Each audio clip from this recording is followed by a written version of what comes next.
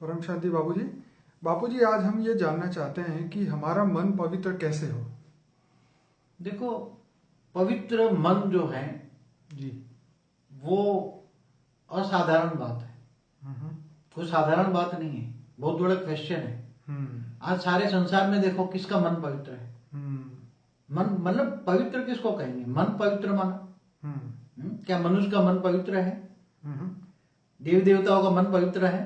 नहीं। क्योंकि देवी देवता तो कपट करते हैं, लड़ाई झगड़ा, देवता और असुरों का संग्राम होता ही रहता है। हम्म। तो जिनको तुम याद करोगे उसी में तुम्हें पाओगे। तो पवित्र बुद्धि रखनी है, पवित्र मन चाहिए, तो तुम्हें पवित्र बालक को ही याद करना पड़ेगा। बिल्कुल ठीक बात है। इसलिए गीता में उसका बोला हुआ है ना, क्या बोला है भगवान ने गीता में? बोला है कि तेरा मन मुझे दे दे। क्या बोला है? और कुछ नहीं करना, सिर्फ तेरा मन मुझे दे दे। क्या बोला? और कुछ नहीं चाहिए, तेरा सब कुछ तेरे पास रख, तेरा मन दे दे। क्योंकि तेरा मन है ना, मन मरकट है, बंदर की तरह इधर उधर भागता रहता है, कभी इधर कभी इधर कभी इधर, देहधारियों में भटकता रहता है। तो देहधारियों को याद करोगे तो मन कैसा होगा? जैसा देहधारी तो आप जानते हैं कैसे होते हैं। इसलिए तेरा मन दे दे, तो मन भगवान को तुम दे देखो तो मन पवित्र रहेगा ना। बिल्कुल। तो परमात्मा को तुम मन दे देते हो, जैसे मीरा ने मन दे दिया ना, एक कृष्ण को ही दे दिया ना, बाकी किसी को नहीं दिया ना उसने। तो मीरा को ही एग्जाम्पल ले लो ना। मन देना मतलब किसी और से अपनी बुद्धि में या मन में किसी और को याद नहीं करना, मन को सरेंडर कर देना परमात्मा को। ओके। मतलब परमात्मा के अलावा किसी को भी याद नहीं करना। जो गया गीता में क्या कहा है? पहले ही सब्जेक्ट का है, तू मुझको देह और देह के सर्व संबंध भूलकर आत्मस्वरूप अद्भुत परमात्मा को याद कर, मेरे सर्व पापों का विनाश कर दूंगा। तो मन पवित्र रखना, मन पवित्र कब होता है? कि जब तुम्हारे सारे विकर्म विनाश होते हैं, तब मन पवित्र होता है। और मन पवित्र मन परम आत्मा बन जाती है। क्या बन जाती है? आत्मा, परमात्मा बन जाती। हाँ, तो परम मन बन जाता है ना। पवित्र माना परम, पवित्र माना परम, शुद्ध नहीं, परम। बराबर। तो पवित्र आत्मा बन जाती है तो परमात्मा बन गई। तो परमात्मा कैसे बनेगी? जैसा संग वैसा रंग।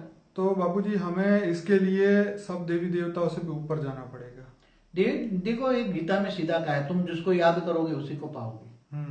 क्योंकि देवी देवताओं को याद करते हो तो उसमें जो होगा वो तुम्हें मिलेगा। क्योंकि उनके अंदर भी प्रतिशोध की भावना होती है। उनके देवी देवता तो हर वक्त लड़ाई झगड़ा करते हैं। देवी देवता आप देखो शास्त्रों में, देवासुर संग्राम कितने होंगे।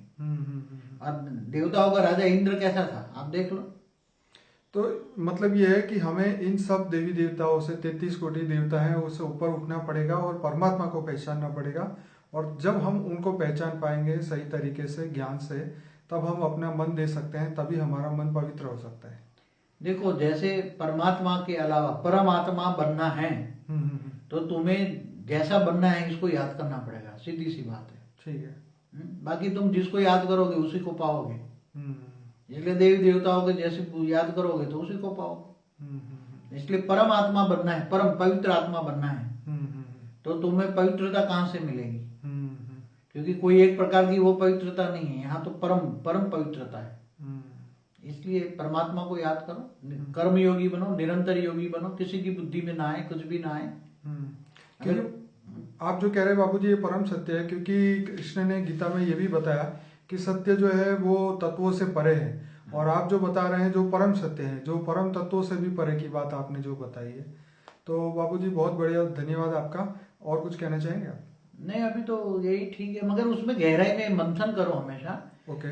कि अगर तुम्हारी बुद्धि के अंदर तुम्हें पवित्र बुद्धि बनना है तो सीधी सी बात है कि तुम परमात्मा को याद करो। अब गीता का भगवान को याद करो तो गीता का भगवान कृष्ण है, चलो कृष्ण की शरण में जाओगे तो भी अंत में जो कृष्ण जिसका अवतार है उसी को पाओगे ना तुम। बोला है गीता में, तुम अगर कृष्ण की शरण में भी जाओगे तो अंत में मुझे पाओगे। तो जो कृष्ण की भक्ति करते हैं तो अंत में उसी को भी पाते हैं। भक्ति का फल ज्ञान मिलता है, और ज्ञान से फिर अंत में ऑलमाइटी, जो ऑलमाइटी ऑथोरिटी है, कृष्ण का अवतार है, वो ऑलमाइटी ऑथोरिटी का अवतार है। वो ना एक ब्रह्मांड का, ना दो ब्रह्मांड का, ना अनंत कोटि ब्रह्मांड, वो तो ऑलमाइटी ऑथोरिटी का अवतार है। गीता ज्ञान देने वाला ऑलमाइटी ऑथोरिटी है। इसलिए अंत में तुम बेहद के विश्व के मालिक को पाओगे, बेहद के विश्व को पिता को पाओगे। इसलिए तुम, सीधी सी बात है, हमारी हर वीडियो में एक कॉमन बात रहती है। बाकी तो आगे वो प्रश्न पूछना है तो पूछो फिर। ओके बाबूजी, आपका बहुत बहुत धन्यवाद।